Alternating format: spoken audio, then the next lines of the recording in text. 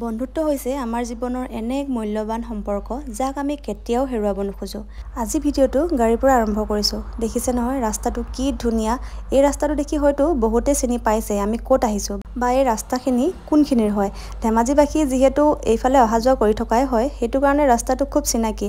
মই পিছে এইফালে বেছিকৈ অহা নহয়, আজিহে আহিছো। মানে আমি বহুত দিনৰ পৰা লগৰ কেইজনীয়ে লগ হ'ব পৰা নাছিলো। যিহেতু আমাৰ কৰ্মব্যস্ততা সবৰে বেলেগ বেলেগ হৈছে, আমি কেইজন মানে বিয়াও পাতিলো, কেইজন মানে বিয়া পাতিবলৈ বাকী আছে। তথাপিও সববিলাক আজিকালি বিজিয়ে দিয়কচোন। এতিয়া আহি আমি পাই গ'লোহি ফাইনেলি আমাৰ ডেষ্টিনেশ্যন। মানে আমি আহিছিলোঁ অকণমান পাহাৰীয়া ঠাইত। এয়া দেখিছে নহয় ডিমৌ নদীলৈ আহিছোঁ। এয়া হৈছে মোৰ লগৰ কেইজনী, মানে আমাৰ একদম ডিছকাশ্যন চলি আছে যে আমি ক'ত খাম। আমাৰ কেইজনীমানৰ মতে মানে আমি সেই নদীতে সেই বালিখিনিতে বহি খাম।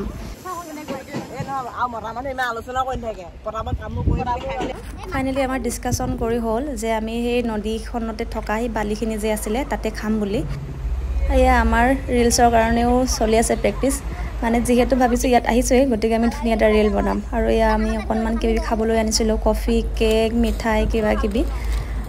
সেয়াই আৰু আপোনালোকে ভিডিঅ'টো চাওক আৰু এনজয় কৰক। এইটো আমাৰ মানে চিৰিয়াছ হৈ দিছে। আমাৰ যিহেতু বেলেগ একো চলা নাছিলে সেইটো কাৰণে কফিকে আমি চিৰিয়াছ কৰিছোঁ। ধুনীয়া এয়া আমাৰ পাৰ্টি চলি আছে, দেখিছে নহয়। ভইচ দিম বাৰু। মানৱতাক অলপ দেখাই দিছোঁ। সঁচাকৈয়ে ইমান দিনৰ পিছত লগ পাইছোঁ সিহঁতক। মানে আমি 2013 চনৰ পৰাই লগত আছোঁ।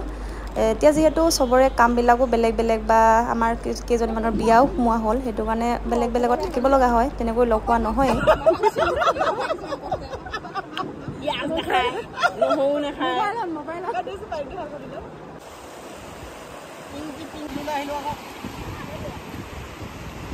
এয়া কাশ্মীৰী, এয়া নিকু, এয়া কামিনী আৰু ৰশ্মি আছিলে সিফালে।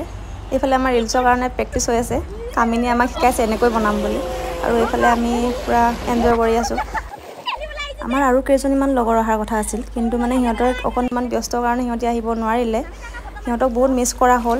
আচলতে ফ্ৰেণ্ডশ্বিপটো সঁচাকৈয়ে ইমান এটা সুন্দৰ সম্পৰ্ক, মানে সেইটো ভাষাৰে বুজাব নোৱাৰি। যেতিয়া আমি লগৰ লগত থাকোঁ আমি যে নিজকে পাহৰি যাওঁ, ইমান ভাল লাগে, ইমান ফূৰ্তি লাগে।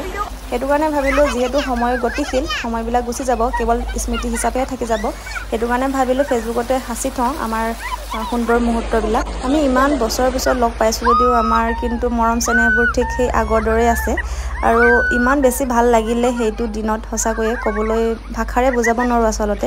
আপোনালোকেও চাগে হয়তো ভিডিঅ'টো চাই গম পাইছেই যে আমি কিমান সুখী হৈছোঁ। একদম সৰু ছোৱালীৰ নিচিনাকৈ খেলিছোঁ, কথা পাতিছোঁ, আমাৰ কথা শেষেই নহ'লে অহালৈকে।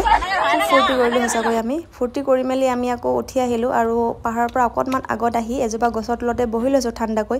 যিহেতু আমি ঘৰত খানা বনাই আনিছিলোঁ, ভাত আৰু মাংস বনাই আনিছিলোঁ, হাঁহ আৰু আমি লোকেল মুৰ্গী বনাই আনিছিলোঁ। আৰু সেইটো কাৰণে ধুনীয়াকৈ পাতি চাতি পাৰি ইয়াতে বহি খাই লওঁ বুলি ভাবিলোঁ। যিহেতু পেট পূজাটো কৰিবই লাগিব, অকণমান ভোকো লাগিছেগৈ আৰু, কাৰণ আমি ৰাতিপুৱাই সোনকালে গুচি গ'লোঁ একো নোখোৱা নোবোৱাকৈ।